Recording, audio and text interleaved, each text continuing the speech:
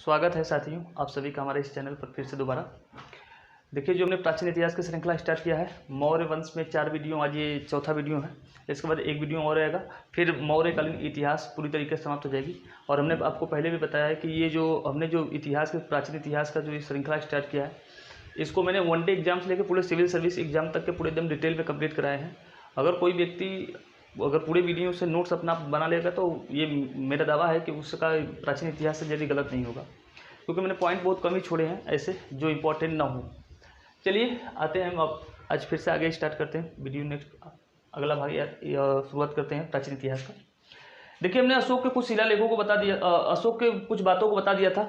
अब मैंने बताया था कि अशोक जो था अपने धर्म प्रचार के लिए, अपनी यानी जो धर्म था, अशोक जिस धर्म को प्रचार करना चाहता था उसके लिए उन्होंने कई जगह पर पत्थरों पर, गुफाओं में, शिलाओं पर बहुत जगह पे खुदवा को उसने क्या किया था, लिखवाया था। उनमें से कुछ अभिलेख उसके थे जो बहुत बड़े थे। बहुत बड़े का मतलब है कि बहुत बड़े बड़े दीवारों की तरह बनवा के उस पर लिखवाया था। उसे कहा जाता है बृहद शिलालेख। जो छोटे छोटे शिलालेख तो बहुत से हैं, लेकिन जो उसमें से सबसे बड़े जो शिलालेख थे वो 14 शिलालेख थे। तो एग्जाम में सबसे अधिक पूछता है कि सबसे पहला पॉइंट यही है कि अशोक के जो बड़े शिलालेख थे कुल कितने थे, तो अशोक के कुल 14 बृहद से बना है बड़ा, तो बृहद अभिलेख अशोक के कुल टोटल 14 थे। उन 14 अभिलेख में से पूछ लेता है कभी कभी कि कौन से अभिलेख में क्या उल्लेख किया गया। जैसे इस बार जो एग्जाम हुआ है, अभी पीसीएस का एग्जाम हुआ था, उसी में पूछ लिया था कि सभी संप्रदायों के प्रति सहिष्णुता, ये अशोक के कौन से अभिलेख में उसका उल्लेख किया गया है। दे दिया था पहले अभिलेख में, दूसरे अभिलेख में, 7वें में, 12वें में, ऐसे करके दे दिया था। यह दे देता है कि कलिंग युद्ध का वर्णन अशोक के किस अभिलेख में किया गया है, तो 13वें अभिलेख में, ऐसे भी पूछ लेता है एग्जाम। तो चलिए देखिए, 14वां अभिलेख नहीं याद करना है आपको, उनमें से जो महत्वपूर्ण है, जिनमें से एग्जाम में आते हैं, इन्हीं के आने के चांसेस भी होते हैं। सभी अभिलेख याद मत कीजिएगा 14, नहीं तो याद भी नहीं होगा, और याद कर भी लिए तो भूल भी जाएंगे। देखिए, अशोक का जो प्रथम अभिलेख है, बृहद अभिलेख, उसमें पशु बलि की निंदा की गई है। उसमें किसकी निंदा की गई है? पशु बलि की। जैसे मैंने बताया था कि अशोक पहले ब्राह्मण धर्म मानता था, तो उसमें, और शैव धर्म को मानता था, तो उसमें टाइम टाइम पे बलि चढ़ाई जाती थी पशुओं की। तो एक प्रकार से हिंसा की बात की जाती थी, हिंसा करने की बात की जाती थी। तो अशोक ने जैसे ही बौद्ध धर्म अपनाया, उसने कहा कि पहली बात तो पशुओं की बलि नहीं दी जाएगी किसी भी जगह पर फालतू की, किसी देवी देवता के नाम पर। यानी अशोक ने सीधे तौर पे मना कर दिया कि पशुओं की बलि नहीं दी जानी चाहिए। अशोक ने बड़े अच्छे से कहा था धम्म नीति में अपने कि पशु बलि नहीं दी जाएगी। तो प्रथम अभिलेख कहता है पशु बलि की निंदा की थी उसने।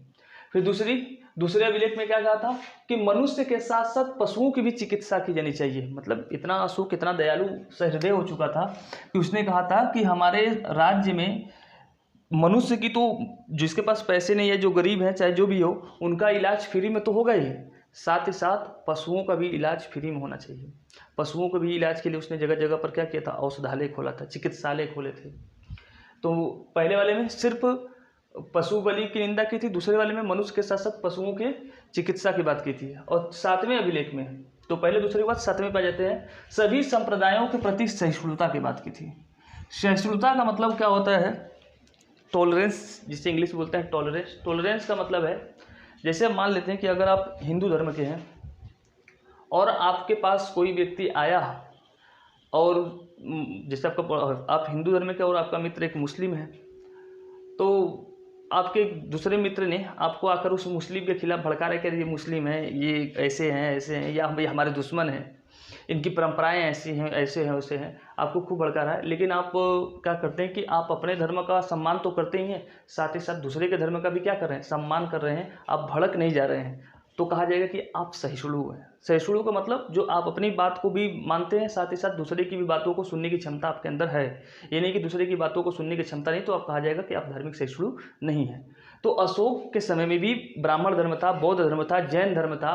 अच्छा, हिंदू धर्म नहीं कहा जाता था, ब्राह्मण धर्म कहा जाता था। ब्राह्मण धर्म था, फिर उसके बाद आजीवक संप्रदाय था, चारवाक था, कुल कई संप्रदाय चल रहे थे। तो अशोक ने अपने संप्रदाय के साथ साथ दूसरे संप्रदायों की भी क्या की थी, सहिष्णुता, उनके प्रति भी सहिष्णुता निभाई थी। जैसे कि हमारे यहाँ सरकार जो है, वर्तमान की सरकार है, ये इसकी वजह से देश की स्थिति खराब होने में एक तो धार्मिक सहिष्णुता भी रहा है। टाइम टाइम पे यहाँ पर क्या हो रहे हैं, दंगे फसाहट हो रहे हैं कि यहाँ के लोग अब क्या हो गए हैं, जो टॉलरेंस हुआ करते थे, जो सहिष्णु हुआ करते थे, अब यहाँ के लोगों को असहिष्णु बन गए हैं। लोगों को बस यहाँ पर चुनाव आ जाता है तो देश के विकास, रोजगार, इस सब के बारे में बात छोड़ करके सीधे धार्मिक मुद्दे पे आ जा रहे हैं। सीधे अभी आप लोगों ने देखा होगा जो बीजेपी के जो 2 प्रमुख जो मीडिया वाले थे, तो उन लोगों ने जैसे बोला था धार्मिक असहिष्णुता दिखाई थी। इसी प्रकार से जब मतलब अशोक का कहना था कि अगर आप धार्मिक सहिष्णुता आपके अंदर नहीं होगी तो आप आपस में क्या करेंगे, लड़ते रहेंगे। और आप आपस में लड़ते रहेंगे तो इसका मतलब जहां देश को विकास करना चाहिए, देश को विकास करने के बजाय आप कहाँ चले जाएंगे, पीछे चले जाएंगे। सिंपल से मतलब सोचिए कि जैसे हमारे देश की जनसंख्या इस वक्त 136 करोड़ है, जिनमें से 100 करोड़ जनसंख्या जो है वो हिंदुओं की है, तो 36 करोड़ के आसपास में बाकी अलग धर्म के हैं। उनमें से मुस्लिम भी हैं, सिख भी हैं, बौद्ध भी हैं, जैन भी है। अगर आप ये बड़ी बात है कि आपकी जनसंख्या 100 करोड़ है और 36 करोड़ से आपको खतरा भी है। सरकार ये बताती है कि हिंदू खतरे में है। मुझे तो ये भी नहीं समझ आता कि 100 करोड़ जनसंख्या 36 करोड़ खतरे में। अच्छा ठीक है, मान लीजिए ये भी हो भी गया, तो ये एक तरीके से जब आप हिंदू मुस्लिम करके आपस या बौद्ध जैन सिख धर्म करके आपस में जब आप लड़ा रहे हैं, तो इसका मतलब सिंपल से हुआ कि आप तो विकास के मार्ग पर जाएंगे नहीं, आप तो आपस में लड़ने की बात कर रहे हो। और जब आपस में लड़ने की बात है तो इसका मतलब है कि आप विकसित न होकर क्या बनेंगे, और गरीब होते चले जाएंगे। देश की स्थिति खराब होने के ये भी जिम्मेदार है या कारण है, क्योंकि हमारे देश में इस वक्त धार्मिक सहिष्णुता के प्रति बहुत ही निम्नता आ गई है, बहुत कमी आ गई है धार्मिक सहिष्णुता में हमारे देश में। तो चलिए देखिए, ये तो 7वां वाले में तो पूछ सकता है कि अशोक के कौन से अभिलेख में धार्मिक संप्रदायों के प्रति सहिष्णुता की बात की गई है, तो अशोक के 7वें अभिलेख में। फिर अशोक का 8वां अभिलेख है धर्म यात्राओं का उल्लेख किया गया है। अशोक जब बौद्ध धर्म अपनाया था तो बौद्ध धर्म अपनाने के लिए उसने पहले धर्म यात्रा की थी। तो सबसे पहले वो कहाँ पे गया था, बोध गया में। और बोध गया में जिस पीपल के वृक्ष के नीचे बुद्ध को ज्ञान प्राप्त हुआ था, उस पीपल को पेड़ को कहा जाता है बोधि वृक्ष। तो इसी वाले में 8वें ही जो अभिलेख है, 8वें जो बृहद शिलालेख है, इसी में बोधि वृक्ष के दर्शन की या यात्रा की भी बात की गई है 8वें अभिलेख में। तो धर्म यात्राओं का, अशोक के धर्म यात्रा को उल्लेख किस अभिलेख में है, शिलालेख में, तो 8वें शिलालेख में। फिर धम्म नीति की व्याख्या, धम्म नीति में बताया कि धर्म नीति जो उन्होंने अपनी धम्म नीति बनाई थी, अशोक ने जो अपनी धम्म नीति बनाई थी, उसकी व्याख्या कौन से शिलालेख में है, तो 11वें बड़े बृहद शिलालेखों में उल्लेख किया गया है अशोक की धम्म नीति का। फिर सर्वधर्म समभाव, तो यहाँ पे देखिए जो 7वां वाले में है, इसमें सहिष्णुता की बात की गई थी कि आप दूसरे धर्म के प्रति, दूसरे संप्रदाय के प्रति आप सहिष्णु बने रहें, कि उनको भी सहें, उनके प्रति आप आक्रामक रवैया मत अपनाएं। फिर था कि आप सभी धर्मों को क्या कीजिए, समभाव का मतलब होता है कि समान भाव से आप मानिए, सभी धर्मों को आप समान भाव से अपनाइए, किसी धर्म से भेदभाव मत कीजिए। ये 12वां कहता है। अशोक का अगर विचारों पर चली होती हमारी इंडिया आज तो विकसित हो गया होता। तो अशोक का 12वां जो है ये क्या है, सर्वधर्म समभाव, यही बौद्ध धर्म भी सिखाता है। फिर उसके बाद है 13वां जो शिलालेख है, इसमें कलिंग युद्ध का वर्णन किया गया है। कलिंग युद्ध, जानते हैं कि अशोक ने अपने जीवन के जब गद्दी पर बैठा था या जब उसका राज्याभिषेक हुआ था, तो राज्याभिषेक के 8 वर्ष बाद यानी 9वें वर्ष में इसने कलिंग युद्ध किया था 261 BC में। तो जब वो विजय किया गया था, इसका उल्लेख कहाँ पे मिलता है, तो अशोक का जो बृहद शिलालेख है 14 बृहद शिलालेखों में, तो 13वां वाले में है। ये बहुत महत्वपूर्ण है। इसमें से सबसे अधिक क्वेश्चन अगर बना है तो यही पूछा है कि कौन से अभिलेख में अशोक के कलिंग विजय का उल्लेख किया गया है, तो 13वें वाले में, 13वें शिलालेख में। फिर 14वें शिलालेख में क्या कहा गया है कि जनता को धार्मिक जीवन के लिए प्रेरित करना, कि अशोक क्या करेगा, जो अशोक की जो धम्म नीति है वो अपनी धम्म नीति के लिए अपनी जनता को क्या करेगा, प्रेरित करेगा। प्रेरित का मतलब मोटिवेट करना होता है कि आप इस धम्म नीति का पालन कीजिए, बुजुर्गों की सेवा कीजिए, बुजुर्गों की सेवा करना, पशुओं के प्रति दया भाव रखना, दान दक्षिणा करना, गरीबों को दान करना, ये सब बातें कही गई थी। ये थी अशोक की धम्म नीति। और इस धम्म नीति का पालन करने के लिए जनता को क्या करना, प्रेरित करना। ये कहाँ पर उल्लेख किया गया है, 14वें अभिलेख में। फिर मौर्य काल की प्रशासनिक व्यवस्था देखनी है कि अब जो जितने महत्वपूर्ण फैक्ट थे उधर के वो खत्म हो गए। अब ये हम लोगों को देखना है कि मौर्य काल में कि प्रशासनिक व्यवस्था कैसी। प्रशासन का मतलब क्या होता है, जो जैसे मान लेते हैं कि जिसको हम वोट देकर अपने देश में जिताते हैं, जो मुखिया होता है या जो डायरेक्ट जनता के द्वारा चुना गया, वो तो प्रशासक कहलाता है।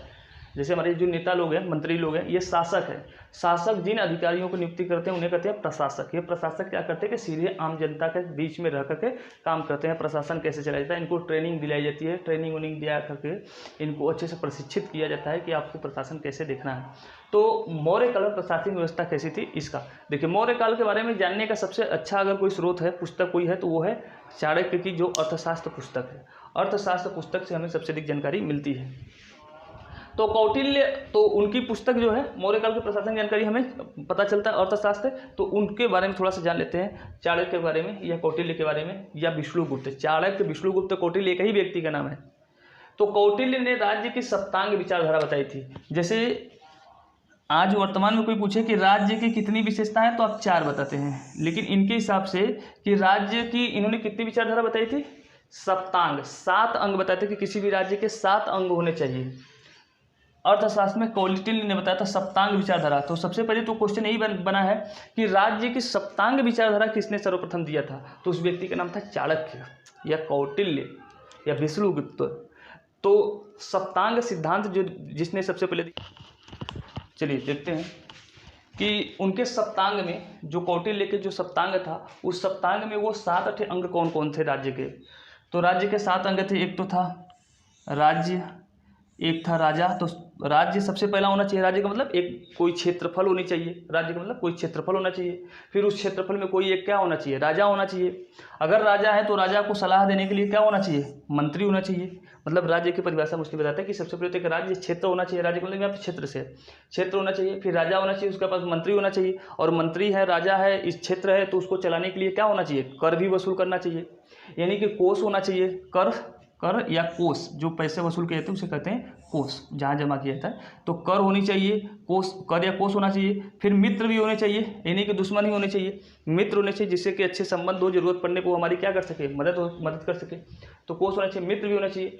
प्लस सेना होनी चाहिए, क्योंकि सेना नहीं रहा तो आपको कोई क्या कर सकता है, आप पर आक्रमण करके आपके साम्राज्य को छीन सकता है। तो एक राज्य के 7वें का है सेना भी होनी चाहिए। और 8वां और 7वां है दुर्ग।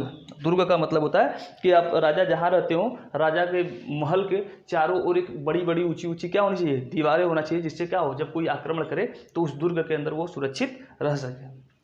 ठीक है।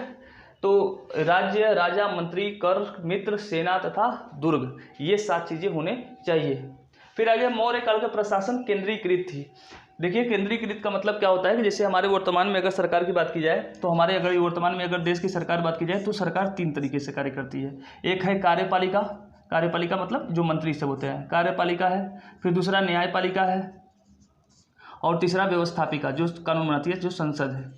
ये तीनों अलग अलग मिलकर कार्य करती है, मतलब कोई इसमें अपनी मनमानी नहीं कर सकता है। और फिर उसके बाद कार्यपालिका के भी अंतर्गत ये नहीं कि एक केंद्र सरकार, एक राज्य सरकार, फिर एक स्थानीय सरकार है। न्यायपालिका भी केंद्र में सुप्रीम कोर्ट, हाई कोर्ट और फिर जिला न्यायालय है। फिर व्यवस्थापिका में केंद्र में संसद, फिर विधानसभा, फिर उसके बाद स्थानीय लेवल पे भी है अपना। तो इसका मतलब ये हुआ कि ये जो व्यवस्था है ये विकेंद्रीकृत है। विकेंद्रीकृत जहाँ पर शक्तियों को बंटवारा अलग अलग लेवल पे किया गया है। इस प्रकार से जो बंटवारा किया गया इसे क्षैतिज कहेंगे, और एक ही के अंतर्गत जो विभाजन किया गया है उसे लंबवत कहा जाता है, यानी वर्टिकल शक्तियों को विभाजन कहा जाता है। ये विकेंद्रीकृत है, जिसमें कोई एक तानाशाह नहीं बन सकता। लेकिन मौर्य काल में पूरी शक्तियाँ, यानी कार्यपालिका संबंधी शक्तियाँ, न्यायपालिका संबंधी शक्तियाँ और व्यवस्थापिका संबंधी शक्तियाँ, तीनों शक्तियाँ एक ही व्यक्ति के हाथ में थी, यानी सम्राट के हाथ में हुआ करता था। अत्यधिक ये केंद्रीकृत प्रशासन व्यवस्था थी मौर्य वंश।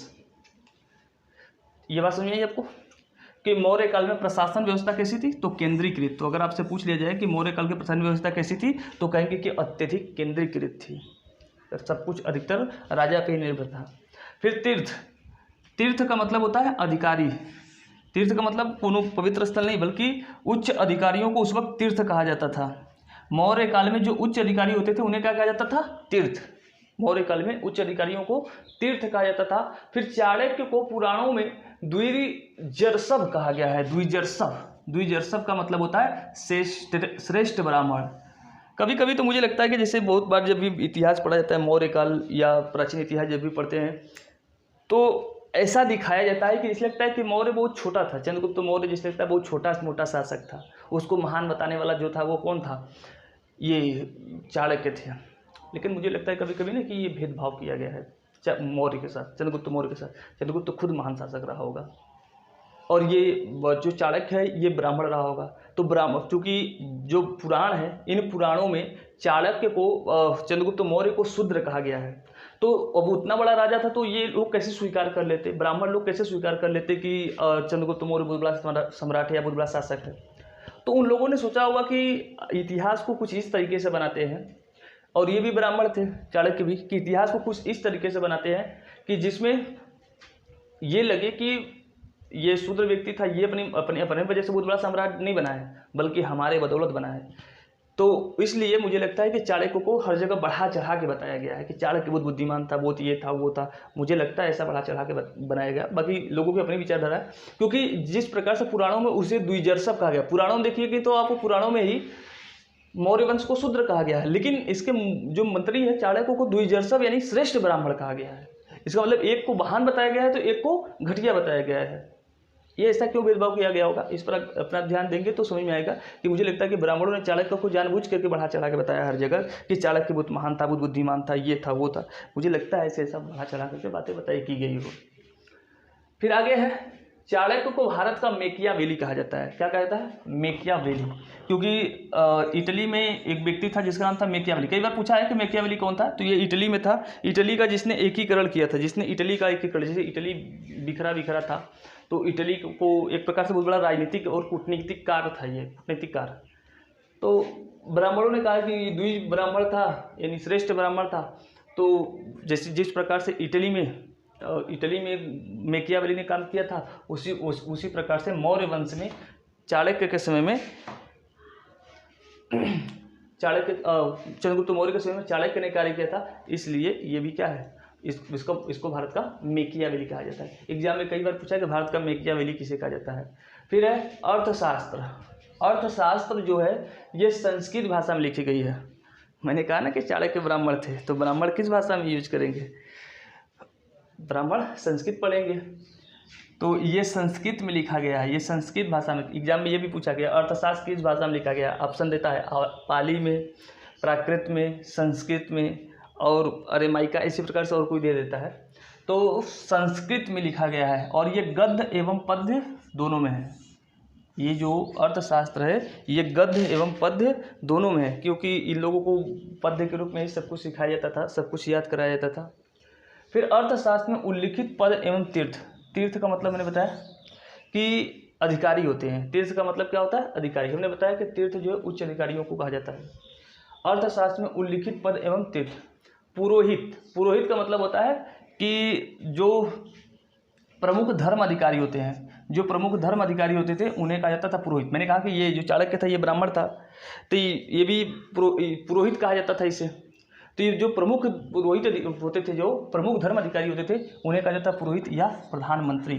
तो ये अपने प्रधानमंत्री भी था। चंद्रगुप्त मौर्य के समय में ये सबसे बड़ा अधिकारी भी थे। चाणक्य बहुत बड़े अधिकारी भी थे, तो उन्हें पुरोहित कहा जाता था। देखो एक बात तो है कि हमारे देश में जैसे आरक्षण पे आरोप लगता है बहुत बार कि आरक्षण समाप्त कर देनी चाहिए, आरक्षण गलत चीज़ है, घटिया चीज़ है। एक चीज़ ये भी ध्यान रखिएगा कि हमारे देश में 3000 सालों तक शिक्षा पे केवल कुछ ही लोगों का अधिकार था, यानी 100% आरक्षण था। उन्हीं में से ये पुरोहित लोग भी आते थे। और आज भी देखेंगे ब्राह्मणों का ही पुरोहित पर पूर्ण अधिकार है, मतलब आरक्षण एक तरीके से है। पुरोहित मतलब जो मंदिर वंदिर में देखेंगे जो पुजारी लोग होते हैं उन पर भी इनका पूर्ण अधिकार है, मतलब आरक्षण ही है, 100% आरक्षण। और इसका विरोध ये लोग नहीं करते हैं, ब्राह्मण लोग। इस पर भी ध्यान देना चाहिए इनका भी। सुप्रीम कोर्ट ने जबकि कह दिया है कि पुरोहित केवल ब्राह्मण नहीं रहेंगे, लेकिन फिर भी सुप्रीम कोर्ट बस कहती है, करती नहीं।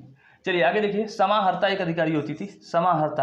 समाहर्ता जो था ये राजस्व विभाग का अध्यक्ष होता था। राजस्व विभाग किसे कहते हैं? राजस्व विभाग का मतलब होता है जो टैक्स वसूल करता है, जो कर वसूल करता है, उसे कहते हैं राजस्व विभाग।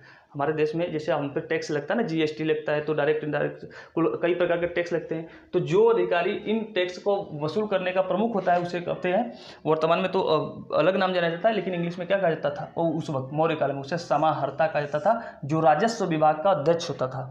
फिर सन्निधाता होता था, तो जो टैक्स कलेक्ट करता था वो समाहर्ता था। टैक्स कलेक्ट करने के बाद जहाँ पर रखा जाता था उसे सुरक्षित, यानी उसे कहा जाता था सन्निधाता, यानी राजकीय कोषाध्यक्ष। जिन कोष में जमा करके रखा जाता था उसे कहा जाता कोष, और कोष की रखवाली करने वाले को क्या कहा जाता था? सन्निधाता, यानी कोषाध्यक्ष को कहा जाता था सन्निधाता। एग्जाम में यही तीनों से ज़्यादा क्वेश्चन पूछा गया है। पुरोहित किसे कहते हैं? समाहर्ता या सन्निधाता? इसी को अमात्य भी कहा जाता था, पुरोहित को, जो ये प्रधानमंत्री है ना, इस प्रधानमंत्री को अमात्य भी कहा जाता था। फिर है सेनापति। सेनापति तो नाम से लग रहा है कि युद्ध विभाग का युद्ध विभाग का जो होता मंत्री होता था, युद्ध विभाग का, यानी कि सेनाओं का जो मुखिया होता था, सेना विभाग के एकदम प्रमुख जो होता था, मंत्री होता था, उसे कहते थे सेनापति। फिर युवराज, राजा का जो पुत्र होता है, यानी राजा का जो उत्तराधिकारी, राजा के जो भी पुत्र होते थे उसे कहते थे युवराज। और युवराज एक नहीं, कुल कई होते थे। पहले तो राजा के मरने के बाद जब गद्दी पर बैठने की बात होती थी तो युवराज लोग आपस में लड़ते थे, सब बदमाशी करते थे, चोरकट लोग सब। एक व्यक्ति 600 रानियाँ रखेंगे, 600 रानियाँ रखेंगे तो 500 बच्चे भी पैदा करेंगे। मरने के बाद राजा का क्या हुआ कि 500 लोग आपस में लड़ रहे हैं। देश जहाँ बढ़ना चाहिए, देश को जहाँ विकसित होना चाहिए, पहले 500 लड़के पूरा सब कुछ तबाह कर देते थे। 100-200 जो लोग लड़ेंगे, देश आगे बढ़ेगा। इतनी घटिया ये सब लोग मूर्खता जैसे कार्य करते थे, सब बस चर्म सुख प्राप्त करने के लिए। तो युवराज, राजा का उत्तराधिकारी। फिर प्रतिष्ठा किसे कहा जाता था? प्रतिष्ठा का मतलब होता है फौजदारी न्यायाधीश। फौजदारी न्यायाधीश क्या होता है? देखो, न्यायालय दो प्रकार के होते हैं, न्यायालय दो, एक होता है दीवानी और एक होता है फौजदारी। फौजदारी, दीवानी में किससे संबंधित केस सुने जाते हैं? जैसे अगर किसी का जमीन से संबंधित विवाद हो, तलाक से संबंधित विवाद हो, विवाह से संबंधित हो, बच्चे को गोद लेने से संबंधित हो, इन सब से संबंधित जो भी हो, मतलब जिसमें मार झगड़े वाली बात ना हो, मार झगड़ा ना हुआ हो, उस प्रकार के विवादों को कहते हैं दीवानी न्यायालय, उसे कहते हैं दीवानी न्यायालय। तो उस प्रकार के जो जज होते हैं उन्हें कहते हैं दीवानी न्यायाधीश बोलते हैं। और जहाँ पे मार झगड़े, गोली और बारूद चल चुका हो, किसी की हत्या कर गई हो, उसकी केस जहाँ पर सुनी जाती है उसे कहते हैं फौजदारी न्यायालय, और इनको फौजदारी न्यायाधीश बोलते हैं। तो जो प्रतिष्ठा थे, ये जो प्रतिष्ठा हुआ करते थे, ये कौन से जज हुआ करते थे? फौजदारी न्यायाधीश होते, जहाँ पर मार झगड़े सब हो जाते थे ना, उसकी जहाँ पर सुनवाई की जाती थी उसे कहते थे प्रतिष्ठा। फिर नायक, नायक किसे कहा जाता? सेना का संचालक। तो देखो, जो मंत्री होता था सेना विभाग का, उसे सेनापति कहते थे, लेकिन उस सेना के कुल कई विभाग, कई टुकड़ियां बटी होती थी, उनमें से जो सेना को आदेश देने वाला होता था, सेना का संचालक। अब सेना, इस नायक की नियुक्ति किसने कर दिया? सेनापति ने। सेनापति की नियुक्ति किसने किया? राजा ने, सम्राट ने। तो इस नायक जो था ये छोटा था सेनापति से, तो ये सेना का संचालक होता था। फिर कर्मांतिक, कर्मांतिक किसे कहा जाता था? उद्योग धंधों का प्रधान निरीक्षक। उस वक्त अशोक के समय जो उद्योग धंधे करने वाले लोग होते थे, उद्योग धंधे ठीक से कर रहे हैं कि नहीं कर रहे हैं, उनके लिए जो अधिकारी नियुक्त किया गया था उसका नाम था कर्मांतक। क्या नाम था उसका? कर्मांतक अधिकारी था, वो अधिकारी का नाम था कर्मांतक, जो उद्योग धंधों का प्रधान निरीक्षक करता था। फिर व्यावहारिक, व्यावहारिक किसे कहते थे? दीवानी न्यायाधीश। मैंने जो भी बताया यहाँ पर दीवानी और फौजदारी होता था, तो जो दीवानी विभाग का मुखिया होता था उसे कहा जाता था व्यावहारिक। तो व्यावहारिक दीवानी न्यायाधीश को कहा जाता था। फिर सीता अध्यक्ष, सीता उस वक्त जो था, भूमि को सीता कहा जाता था। मौर्य काल में भूमि को क्या कहा जाता था? सीता कहा जाता था। और उस वक्त याद रखना कि जो मुद्रा होता थी, मुद्रा को उस वक्त पड़ कहा जाता था, पड़ या फड़ कहा जाता था, फड़ या पड़ कहा जाता था। तो उस वक्त जो भूमि होती थी उसे कहते थे सीता, और सीता का जो मुखिया होता था उसे कहते थे सीता अध्यक्ष, यानी कृषि विभाग का जो अध्यक्ष होता था उसे कहा जाता था सीता अध्यक्ष कहा जाता था। ये सब बातें अर्थशास्त्र में लिखी गई है। दंडपाल, पाल का मतलब रक्षक होता है एक प्रकार से, तो दंडपाल का मतलब जो दंड देने वाले लोग हैं उनकी पालन पोषण करने के लिए, या उनको जो सामग्री चाहिए उनके लिए जो लाने वाला, जो जुटाने वाला अधिकारी होता था उसे कहते थे दंडपाल। यानी सेनाओं को सामग्री जुटाने वाले व्यक्ति को क्या कहा जाता था? दंडपाल कहा जाता था। फिर था अंतपाल। अंतपाल का मतलब होता है सीमावर्ती दुर्गों का रक्षक। जैसे कि राजा का जो ये साम्राज्य, इतना बड़ा साम्राज्य है, तो राजा यहाँ पर रह रहा है, तो इधर किनारे किनारे पर जो भी दुर्ग है, जो भी महल है राजा के, क्योंकि बहुत जगह पर महल हुआ करते थे, तो महल जहाँ पर भी होते थे राजा के, तो राजा के चारों ओर, महल के चारों ओर क्या होता था? दीवारें खड़ी होती थी। दीवारें जो खड़ी होती थी इन्हें कहा जाता था दुर्ग। तो सीमावर्ती दुर्गों की रक्षा करने वाला जो होता था उसे कहते थे अंतपाल कहते थे। और भीतरी दुर्गों का रक्षा करने वाला, कि कहीं पर साम्राज्य के अंदर कहीं दुर्ग है, दुर्गों को रक्षा करने वाला जो होता था उसे क्या कहा जाता था? उसे कहा जाता था दुर्गपाल, उसे कहा जाता था दुर्गपाल। और नगर का जो प्रमुख अधिकारी होता था, यानी नगर मतलब शहर का जो प्रमुख अधिकारी होता था उसे कहा जाता था नागरक। उसे क्या कहा जाता था? नागरक कहा जाता था। फिर आटविक, आटविक किसे कहा जाता था? वन अधिकारियों को आटविक कहा जाता था। जो वनों का अधिकारी होता था उसे आटविक कहा जाता था। फिर सम्राट का जो अंगरक्षक होता था, सम्राट का जो अंगरक्षक, अच्छा मौर्य काल में याद रखिएगा कि मौर्य काल में अधिकतर जो सम्राटों के जो अंगरक्षक हुआ करते थे वो महिलाएं हुआ करती थी। ये सब राजा लोग भी बड़े हत्या थे, सब चीज़ों में महिलाओं को लाते थे। अपनी रक्षा करने के लिए इन लोगों ने महिलाओं को रखा था। अंतर्वसिक, सम्राट के जो अंगरक्षक होते थे उन्हें क्या कहा जाता था? अंतर्वसिक कहा जाता था। फिर कागजातों को सुरक्षित रखने वाला जो होता था उसे कहा जाता था प्रशासता। यानी कि मौर्य काल में जो कागजातों को सुरक्षित रखने वाला जो अधिकारी होता था उसे कहा जाता था प्रशासता। तो एक वीडियो और बचा है, फिर उसके बाद मौर्य काल पूरी तरीके से एकदम अच्छे से खत्म होगा, फिर उसके बाद ज़्यादा वीडियो बचेगा नहीं। तो फिर उम्मीद है कि 12-13 वीडियो में पूरा प्राचीन इतिहास समाप्त हो जाएगा। 12-13 वीडियो में फिर प्राचीन इतिहास समाप्त होगा इस पर। तो चलिए, जो लोग जुड़े रहे और बराबर पढ़ते रहे उन सभी को धन्यवाद। बाय।